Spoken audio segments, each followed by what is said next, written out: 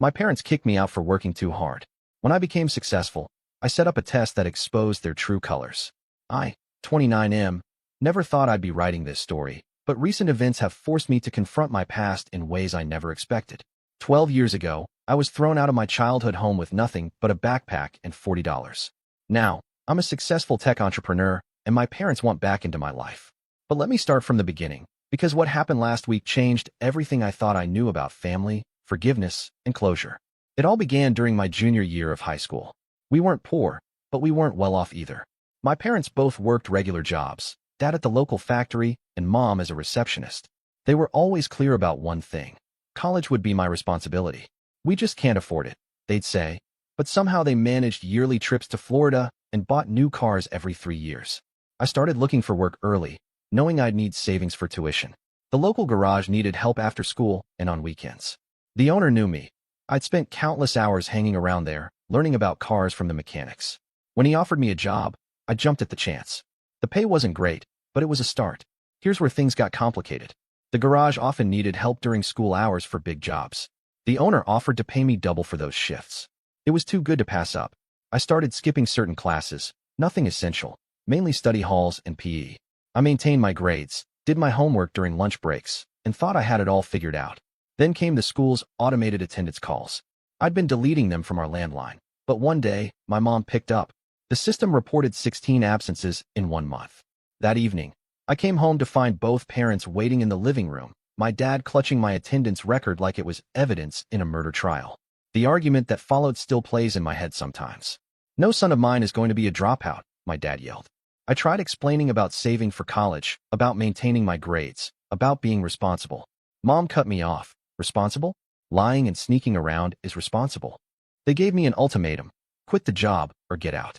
"We're doing this because we love you," Mom said, but her voice was cold. Sometimes kids need tough love to learn. I'd like to say I carefully weighed my options, but at 16, pride and anger make a dangerous combination. "Fine," I said, grabbing my backpack. "I choose the job." I stuffed some clothes in my bag, grabbed my savings from my sock drawer, all $40 of it, and walked out. I honestly thought they'd stop me. They didn't. That first night was the hardest. October in the Midwest isn't kind, and the rain made it worse. I ended up sleeping in the garage's break room, curled up on a moth-eaten couch that smelled like motor oil. The next morning, my boss found me there. Instead of firing me for breaking in, he sat down and listened to my story. What happened next showed me that sometimes strangers can be more family than blood. My boss made some calls. His brother owned a small computer repair shop across town and needed help.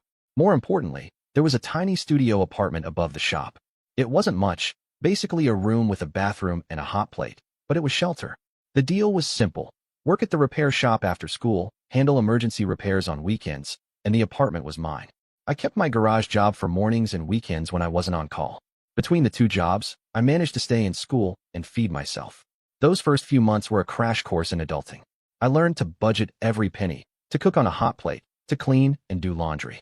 I learned which grocery stores put out expired but still good food at night, which churches served free dinners, and how to make a dollar stretch until it screamed. But the most valuable education came from the repair shop. I discovered I had a knack for technology. The owner taught me everything: hardware repair, basic coding, network setup. I soaked it up like a sponge. During slow periods, I'd study, both for school and for tech certifications. I graduated high school with honors, though my parents didn't come to the ceremony. College was still out of reach, but by then I had something better: real-world experience and certifications. I started taking on freelance tech work, building websites for local businesses, setting up networks. Word spread. My client list grew. By 20, I had my own legitimate business. By 22, I developed inventory management software that caught the attention of some investors. By 25, my startup had 60 employees. Last year, at 27, I sold the company for 8 figures. Through all of this, I had no contact with my parents. They never reached out, and I was too busy building my life to look back. I heard bits and pieces through the small-town grapevine. They'd retired early thanks to smart investments. Funny how money for college had been impossible. They'd moved to a bigger house. They'd joined a country club. Then came the Facebook message last week. "We've been thinking about you constantly," Mom wrote. "We heard about your success. Your father and I would love to meet. We've changed so much. Please give us a chance to make things right." I almost deleted it, but something stopped me. Maybe it was curiosity. Maybe it was that small part of me that still wondered if they ever regretted their choice. So I agreed to meet them at a local coffee shop, but I had a plan. I spent a week setting things up. I rented out the entire cafe for the morning and hired actors to play specific roles.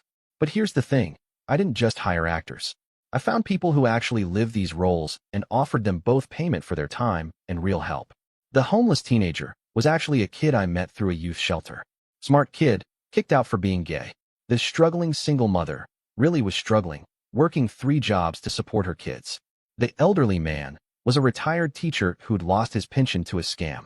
Each of them agreed to play a part, but they weren't just props in my test.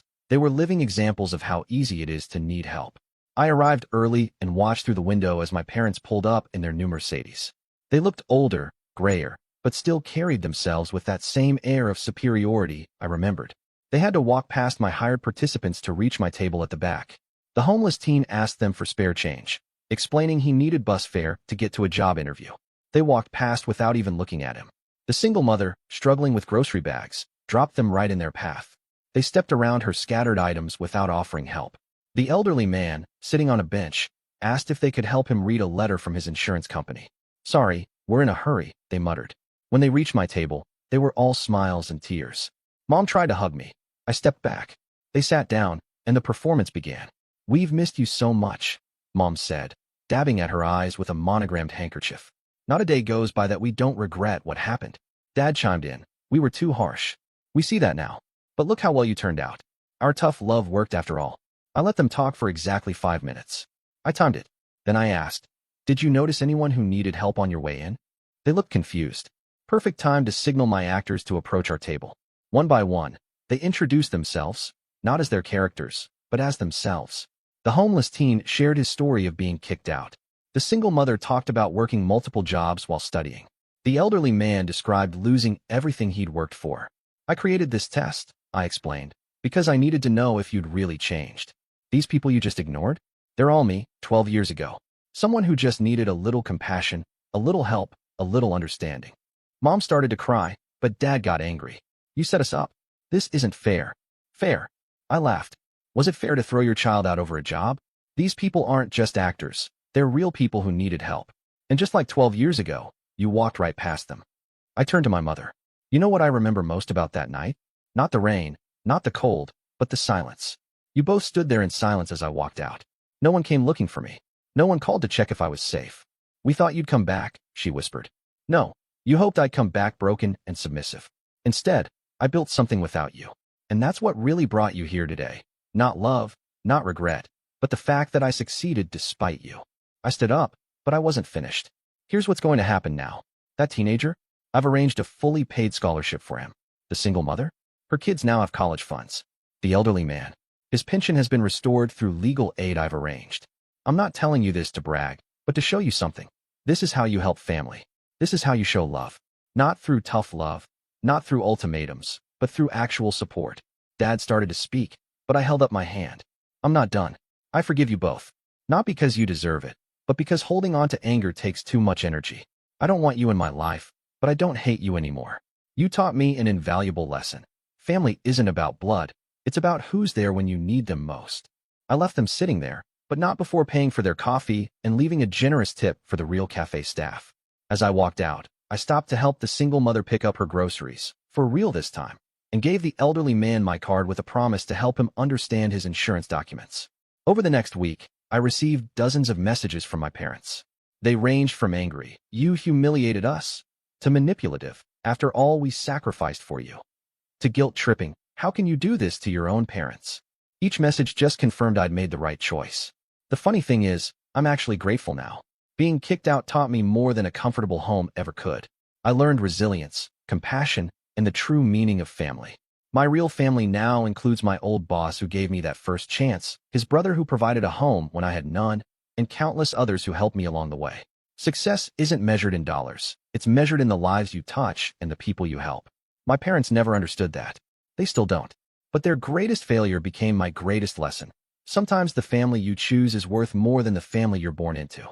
I don't know if my parents will ever truly change. That's not my responsibility anymore. What I do know is that I'm breaking the cycle. The scared 16-year-old who slept in a garage has become someone who helps other scared 16-year-olds find their way. And maybe that's the best revenge of all, not getting even, but becoming someone better than those who hurt you. Because in the end, the opposite of abandonment isn't attachment. It's becoming someone who would never abandon others.